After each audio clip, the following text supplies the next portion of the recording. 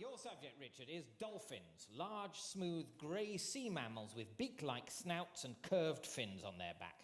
Off you go, Richard. Dolphins are famously the cleverest animals in the world. During a recent episode of Pointless Celebrities, Professor Stephen Hawking and Susie Dent were beaten by two dolphins from Bristol Zoo.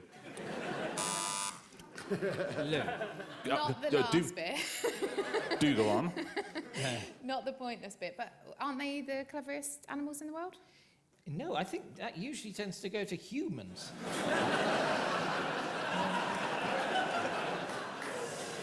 The humans are most intelligent.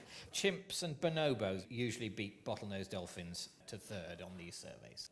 The dolphins were then beaten in the final by Ed Miliband and Chico.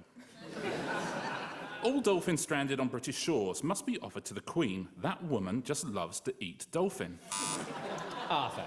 I reckon that's true. It's like the whole swan business. It belongs to the Queen or something. Yes, the Queen still technically owns all the sturgeons, whales, porpoises and dolphins in the waters around the UK, in a rule dating back to a statute from 1324. They're recognised as fishes royal and may be claimed on behalf of the Crown. On trips abroad, the Queen has eaten dolphin crumble, dolphin kebabs, dolphin à l'orange, Malaysian dolphin fritters, Jamaican jerk dolphin and dolphin vindaloo. Well, let's be honest, one of those is going to be true, isn't it? So you apparently think. Well, he wouldn't have bothered to make a list of 5 of them, surely, won't he? He's a busy man. There's actually 6, but go on. It was whatever the 4th one was true. Right. That's Malaysian dolphin fritters. That's Why not? It's not true. It's not true. Why do you think Malaysians would eat... What do you have against Malaysians, I guess, is what I'm trying to say. Well, may I say, the idea of a dolphin fritter I find utterly exciting, and because Malaysian food is so beautiful, I thought they might include that amongst menus. Yeah. Okay. That's a stout defence of your position, Arthur, particularly considering you just said the 4th one and had no idea what it was. Before there's any more misery here, let me say that the Queen has eaten none of those things. But who beside the Queen just loves to eat dolphin? An Amazon python can swallow a dolphin, though only an Amazon Prime python can deliver a dolphin to your door within 2 hours. Phil. I think a python can swallow a dolphin, and especially because they're quite slippery, it'll probably go down pretty smooth. The pythons, they eat dolphins like oysters. Don't try and chew it, just swallow it. No, pythons live in Asia and Africa, and so there's no such thing as an Amazon python. The boas and anacondas live in South America. Yeah, you big dummy. When a polar bear eats a dolphin, he'll sometimes freeze the leftovers. Well, in the Arctic, they do love a bit of chili. Arthur. Well, I think a polar bear, I mean, if you've captured a whole dolphin, you don't want the whole thing for your breakfast, do you? So you'd put a bit aside in the ice and nibble on it later, maybe a Malaysian fritter or... You're absolutely right. Polar bears have been recently observed by Norwegian scientists killing and eating dolphins in the Arctic. After eating, a bear would cover the carcass with ice so it could be kept for later.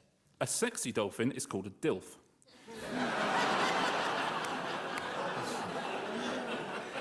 The child of a dolphin and a shark is called a shoalfin. The child of a dolphin and a squid is called a squalfin, and the child of a dolphin and a killer whale is called a wolfin, and the child of a dolphin and a documentary cameraman is called a serious breach of professional ethics. That last one is true. It's got to be. It is a serious breach of ethics. Yeah, fair point. There has never... A dolphin has never borne the child of a documentary cameraman, and a documentary camera woman has never borne the child of a dolphin. So it would be a serious breach of ethics. But who are we to stand in the way of love? But it's not as yet been an issue. I misheard. I thought you meant just Statistically, the most popular name for the child of a dolphin is Finn. The least popular name is Annette. Dolphins are capable of catching hay fever underwater, but they can't sneeze and they can't get their GCSEs postponed, even though they live in the school. Arthur. Dolphins can't sneeze.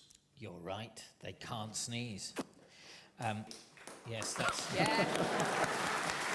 Took a while for the audience to decide how impressed they were with that. Dolphins live in a highly evolved democracy. Before making any big decisions, they all get together for a meeting, politely wait for each other to talk, before heading to the polling booth where their democracy is only tripped up by their inability to use the tiny pencils. Phil. I think dolphins do live in democracies. I think they all decide together where to swim to and what to eat. Yeah, I also think that. Me too. Yeah. Dolphins, I don't know, this is an interesting ruling I have to make. Dolphins don't live in a democracy, but before making any big decisions, they do all get together for a meeting. So I'm going to give you the point. Oh, thank you. Yeah. Yes, before dolphins begin any group action, the pod holds a meeting with each animal getting a chance to vocalise until a decision is made.